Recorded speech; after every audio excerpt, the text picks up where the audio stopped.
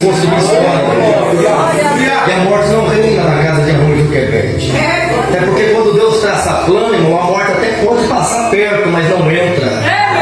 Na casa de quem Deus marcou desde o ventre, não entra. E o interessante é que Deus vai usar quem a gente menos imagina, a própria filha de Faraó. Verdade seja dita que Faraó aqui é um nome arcaico, é um título. Na verdade era Ramsés. Porém a Bíblia vai mencionar aqui que ela vai pagar para ela cuidar.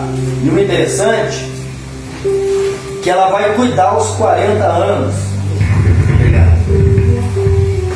E ela fica aos cuidados da sua mãe aos 40 anos, primeira parte.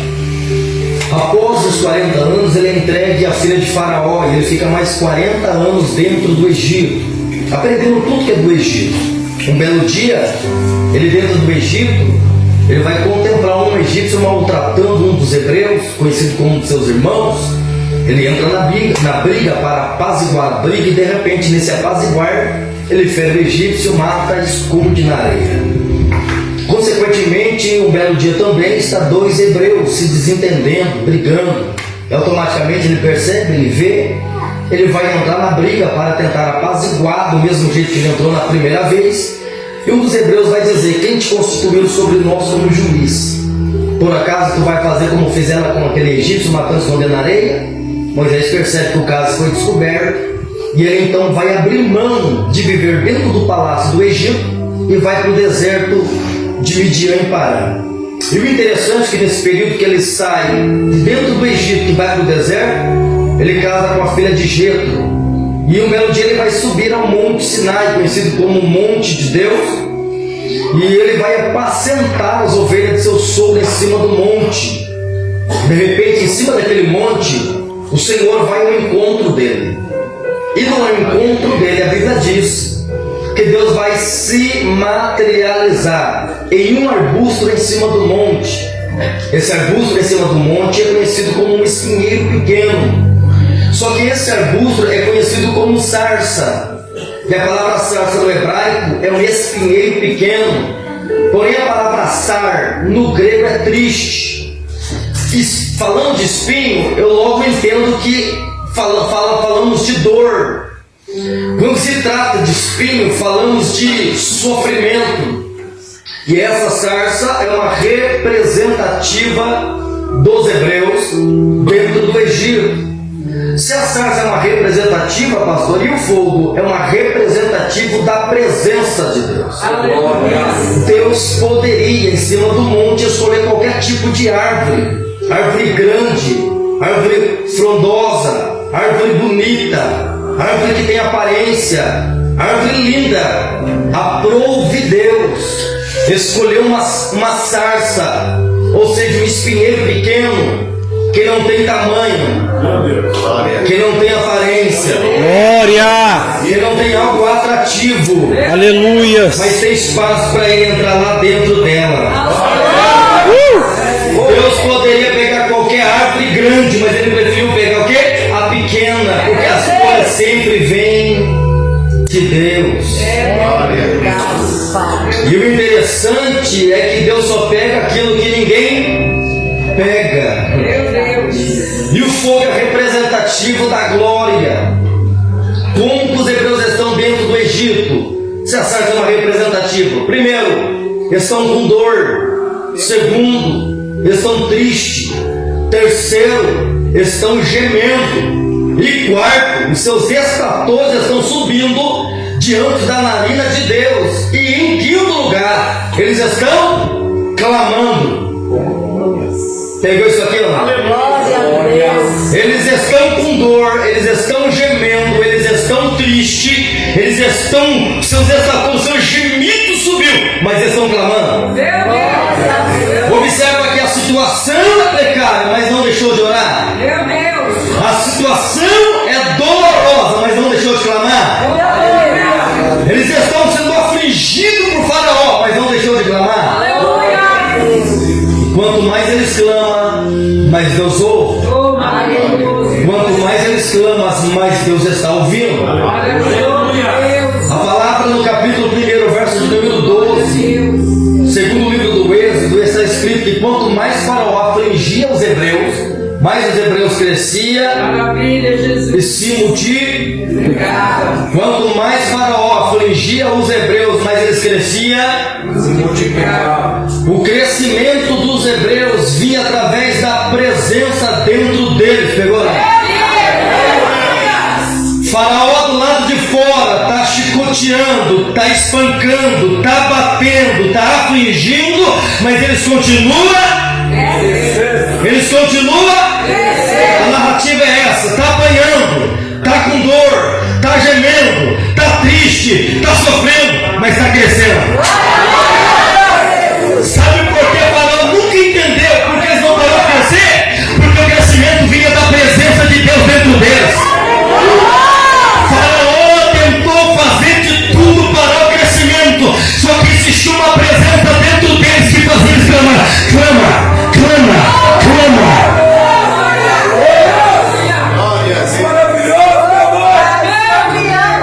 A pergunta que não cala é: por que ele não para de crescer? Porque tem uma presença, e a presença está enraizada dentro de você. E aqui vai uma pérola: você vai crescer onde ninguém cresce. Eu já vou começar a liberar pérolas aqui. O diabo não vai parar você nessa marcha. Pedras afogueadas, se prepara. Você vai continuar crescendo. Você vai continuar alavancando. Porque ainda que o diabo levanta, ele vai viver, vai ter que contemplar, ele vai ter que ver o Deus que está dentro dela, está fazendo gerar no meio da dor.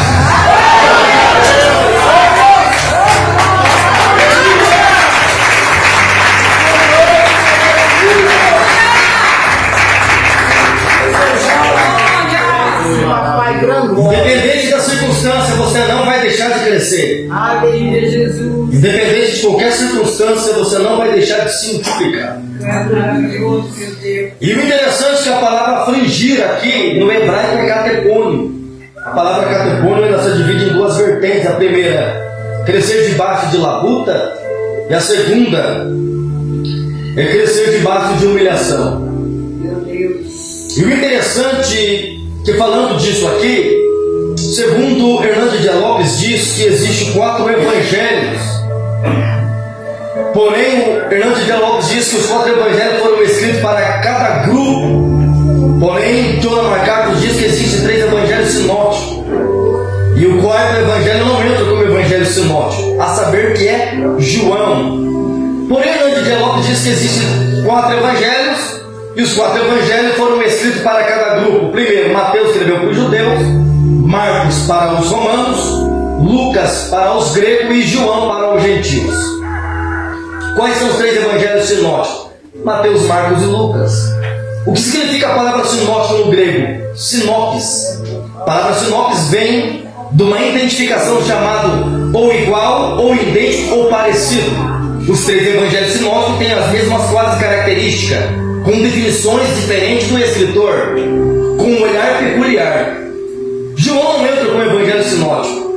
Ele escreve para os gentios, e a palavra João aqui, no hebraico, significa Iohanan. E a palavra Iohanan se divide em 2 vertentes. Primeiro, alcançado pela graça. Segundo, sustentado pela misericórdia. Eu vou aplicar isso aqui para você dar glória. Glória a Deus. Alguns de nós aqui não teve o mesmo privilégio que alguns tiveram, de ter uma mãe missionária, um pai pastor ou um obreiro da casa do Senhor. Alguns não nasceram dentro de um berço evangélico ou dentro de uma igreja. Alguns vêm de família dilacerada. Alguns vêm de uma vida sofrida lá fora. Alguns vêm, irmão, já de uma situação difícil mesmo, tão precária. Nem todos teve um privilégio de nascer dentro de um lar, irmão, que era totalmente favorável. Não! Alguns de nós não teve esse privilégio e essa honra. E verdade seja dita, irmão, que lá fora o mundo dita a regra. E lá fora o mundo diz: pau que nasce torto, você sabe disso. E alguns de nós aqui nunca pensou em escolher estar dentro da igreja. Pelo contrário, é o último lugar que você planejou estar aqui. Mas a palavra do Senhor vai nos dizer: primeira vertente da palavra Yohanan, alcançado pela graça, é essa. Que nós nunca escolheu estar aqui. Ou nunca pensou estar dentro de uma igreja. Aí João, escrevendo a carta para a igreja, ele deixa claro, no capítulo de número 16, verso 17, que não fosse vós que me escolheste, mas eu vos escolhi a vós. Glória a Deus. Para que vades e deis fruto, para que o vosso fruto permaneça em mim. Em tudo que pedi em meu nome e oração, crendo, recebereis. A primeira aplicabilidade do texto é que nenhum de nós aqui escolheu ele primeiro, mas ele nos escolheu primeiro. E dentro do plano da sua teologia, que é o plano da salvação, alguns de nós vão estar lá na periferia, numa bocada feia, ou dentro de uma balada.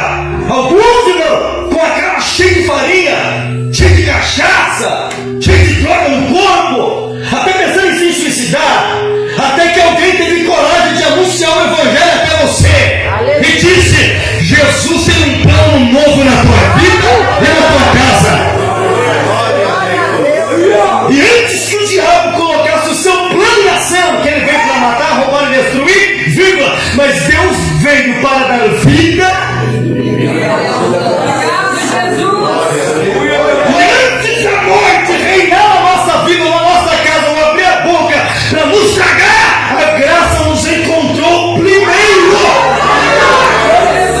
E o que é graça? Favor imerecido. Nenhum de nós merecia esse favor de Cristo. Mas por que ele então nos encontrou primeiro? João capítulo 3, verso 16. Porque Deus amou o mundo de tal maneira que entregou teu único filho, unigênito, para que todo aquele que nele crê não pereça, mas tenha vida eterna. Então o que é graça? Favor imerecido. Nenhum de nós merecia. Porém, nenhum teólogo ou historiador consegue dimensionar o tamanho do amor de Deus pela humanidade. Pois o apóstolo Paulo escreveu para a igreja, chamada a igreja de Roma, no capítulo 3, verso 23, que todos pecaram e destituídos da glória de Deus estavam. Romanos capítulo 6, verso 23 diz que o salário do pecado é a morte, vírgula, mas o dom gratuito de Deus é vida eterna por meio de nosso Senhor e Salvador Jesus Cristo. Só que a palavra no capítulo 5, verso 20 diz que aonde abundou o pecado, superabundou a graça. Aí o apóstolo Paulo, escrevendo para a igreja de Éfeso, no capítulo 2, verso 8, diz que vós sois salvos não mediante as obras, mas mediante a graça através da fé. É o dom de Deus e não vem de vós, para que ninguém venha se gloriar. Você entende isso aqui? Glória a Deus. O amor incondicional de Cristo é esse. Deus amou o mundo de tal maneira. Que amor é esse, irmão? É verdade. Que amor é esse? Aleluia. Deus. Que não tem como dimensionar o tal amor. Esse Deus amou o mundo de tal maneira. Que tal é esse, irmão? Aonde a humanidade inteira estava predestinada segundo o pecado que ele cometera. Não houve alguém justo na terra. Aí ele olha da eternidade e diz: mas eu entregarei a minha vida por eles. Vou sofrer por eles. Vou carregar uma cruz sobre meus ombros. Eu sei que eu vou passar aqui, mas é para isso que eu vim resgatar a matriz que um dia foi quebrado dentro do Éden. Já que no Éden foi quebrado, eu vou resgatar a cruz do minha forma através do meu filho.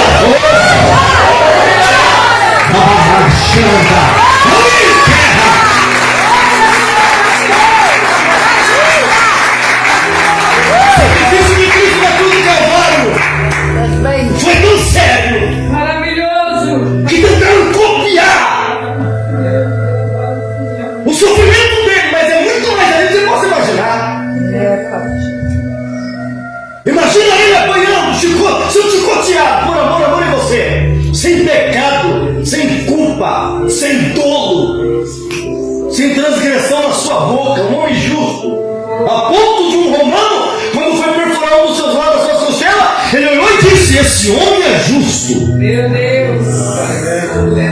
Aleluia, Pai. Que graça é essa, irmão? Oh, Jesus. Que nos constrange todos os dias. De amor. Que amor é esse? Glória a Deus. Aonde nós outrora não valeu R$1 sequer. Meu Deus. Verdade. Mas ele olhou e disse: eu tenho um plano na sua casa. Glória a Deus. Tenho um plano com a tua vida. Aleluia. A segunda vertente do homem chegar. Tem dia que a gente entra, irmão, num ambiente como esse, propício para adoração, onde a glória desce. A gente voa nas asas do Espírito. Aleluia. Chora, grita, pula, roda, zapateia, fala em língua estranha, prega rolo, prega profecia. É assim ou não é? É verdade. Tem dia que a gente entra aqui e fala assim, me dá o microfone que eu tenho que falar com Deus mesmo. Se não dá, você fica doido aí. Meu Deus. Mas tem dia que você entra aqui totalmente moído, quebrado, dilacerado, arrebentado.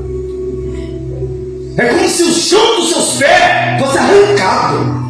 A casa caísse sobre a sua cabeça. É como se a sua estrutura fosse mexida. Porque ninguém agenda o dia mal. E quando ele vem para mexer com toda a estrutura do ser humano. Graças a Deus. Eu não estou falando de um dia, eu estou falando de o dia. E o dia, irmão, parece que não passa. Uma semana, um mês, 2 meses, 1 ano, 2 anos, não passa. Verdade. Aí você olha todo mundo dando testemunho, contando bênção, e você está na prova. Meu Deus. Você olha até que não merecia receber, recebe. E você fala, eu estou tudo certo e já não muda. Você não vê alguns brincando com o nome de Deus e recebendo vitória. E você na prova.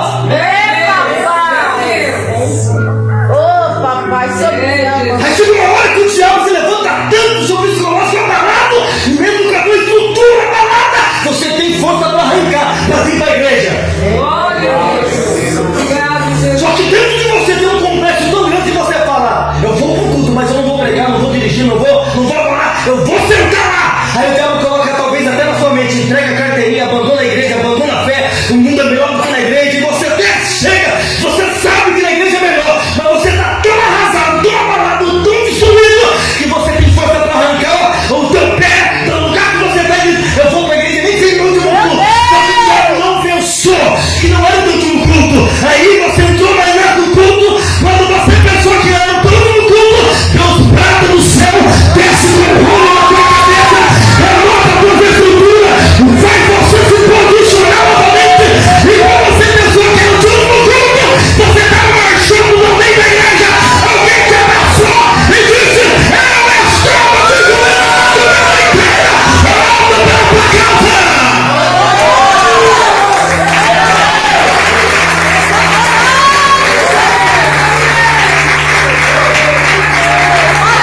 Quando o diabo pensa que você vai recuar, vai se entregar, vai desistir, de repente a tua mão está sendo levantada, as lágrimas rolando, as forças sobrenaturais entrando dentro de você.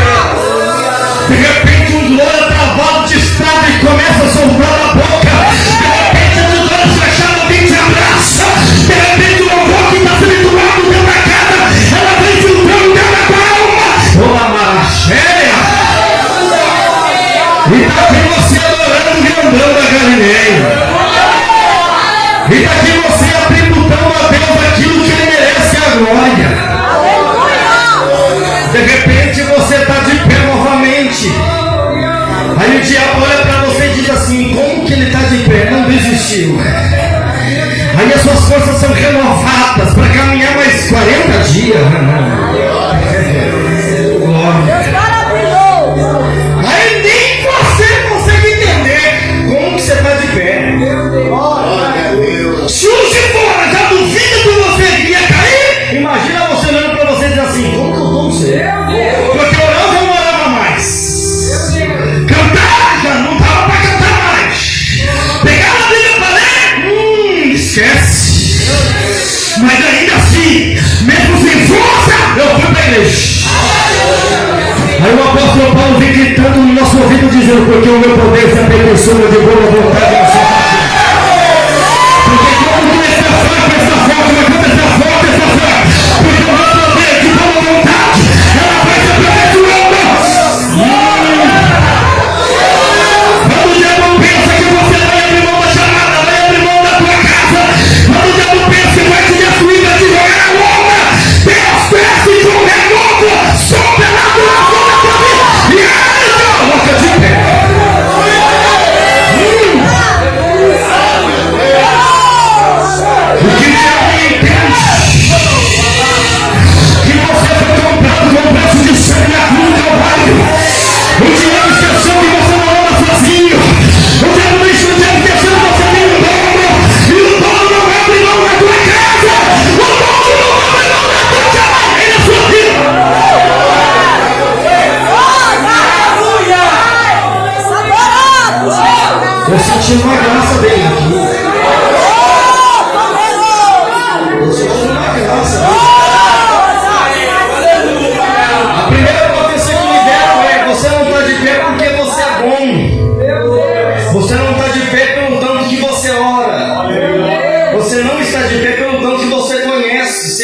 é grego aramaico. Entre Gênesis e Apocalipse, sabe? Manus e Aveia, Hermeneuta e Homilética é exegese. Você não está de pé pelo tanto que você jejua e consagra. Você não está de pé porque você é formado no básico, ou no médio, ou bacharel, ou doutorado. Você só está de pé por causa da misericórdia.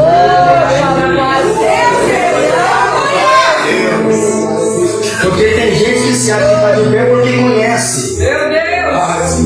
Eu não estou de pé porque eu sei e conheço e tenho. Só estou de pé por causa da misericórdia. E a palavra misericórdia vem de miséria, córdia coração. Oh, glória.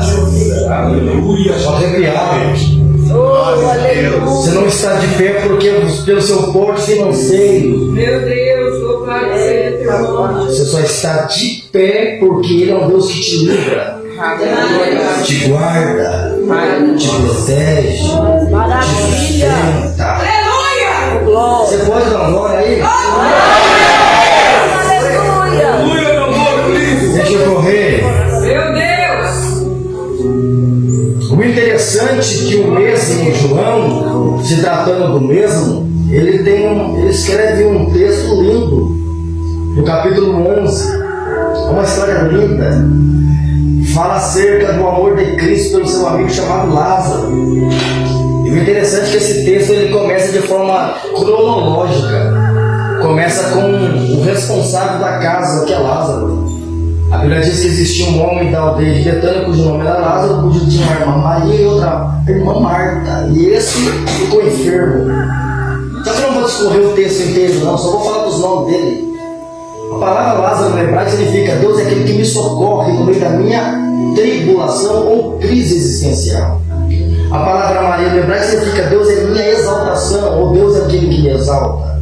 E a palavra Marta, patroa, serviço ou casa.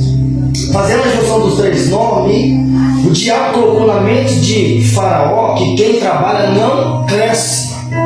Só que a primeira vertente da palavra catepônimo é crescer debaixo de labuta ou humilhação. Meu Deus. Pegou isso aqui? Aleluia. E a segunda vertente da palavra catepônimo é cansar o inimigo pela labuta ou pelo trabalho. Na cabeça dele que quem trabalha não tem tempo para crescer. Aí fazendo a junção dos três nomes lá, na graça, está escrito Lázaro, Deus é aquele que me socorre no meio da minha tribulação. Maria, Deus é minha exaltação, ou Deus é o que me exalta. Marta, patroa, serviço ou casa. Junção dos três nomes. Deus é aquele que me socorre, mas só exalta quem coloca a mão para trabalhar. Para a glória aí, irmão. Você está comigo na mensagem? Está para a glória aí, irmão. Deus é aquele que me socorre, ou Deus é aquele que é o meu socorro no momento da minha tribulação, mas só exalta quem coloca a mão para trabalhar. Está trabalhando? Você está trabalhando? Quem está trabalhando no reino aqui nessa noite? Deixa eu ver. Está trabalhando ou está parado? Está trabalhando ou largou a ferramenta? Está trabalhando ou está largando a ferramenta de lado? Por que, pastor? Porque é muito fácil pegar a ferramenta na mão quando tudo vai bem. Mas quando está mal, você quer jogar a ferramenta de lado. Então me trouxe aqui lá do Mogi das Cruzes, São Paulo, dizendo: não abra a mão da tua ferramenta, coloque a mão na ferramenta. Deus vai ser o teu socorro, não aceita. Ele vai socorrer. Ele é o teu amparo, ele é o teu ajudador. Vamos mudar um mistério aqui. Eu sei que vocês são um pouco da assembleiana, pentecostal. Vamos mudar um mistério aqui. Eu aprendi que glória, a palavra glória no doc significa presença. Glória no doc significa presença. Então quando você dá glória, a presença desce. Meu Deus. Pegou? Então, em vez de cada palavra revelada de forma gratuita que Deus está para mim aplicar e vocês receber, em vez de bater, ser glória. Pegou? Porque nesse glória Deus pode te batizar. Nesse glória Deus pode te dar dons espirituais. Nesse glória, porque eu aprendi aprendi, irmão, que vigília é guerra.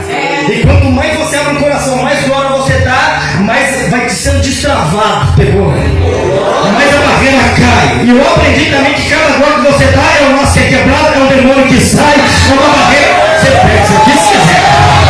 Pega isso aqui se quiser. Então vamos melhorar isso aqui. Em vez de bater palma, cada palavra linda que eu levo pra você, você dá glória.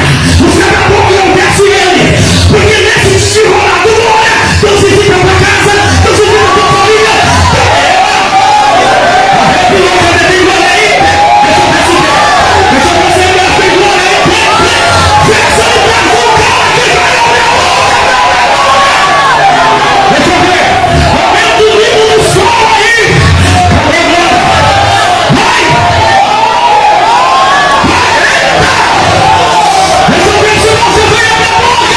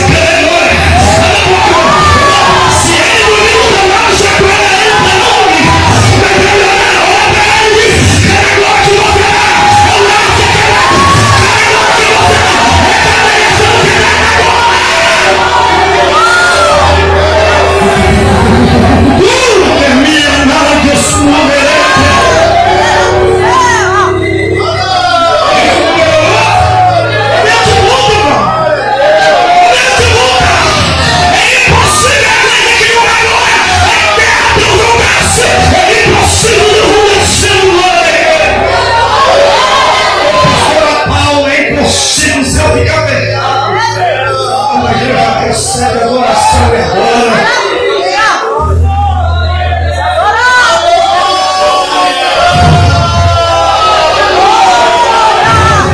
Um minuto se você tem glória, vai.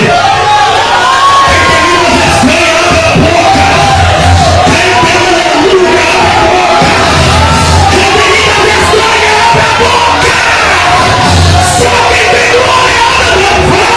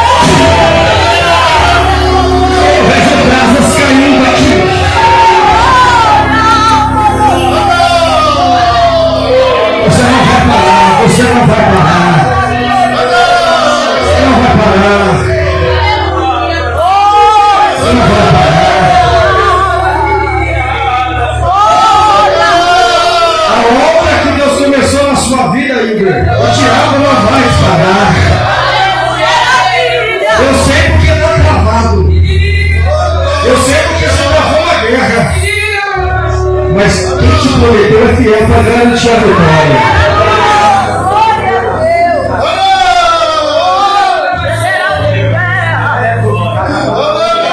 Assim diz o Senhor, esta peleja não é sua.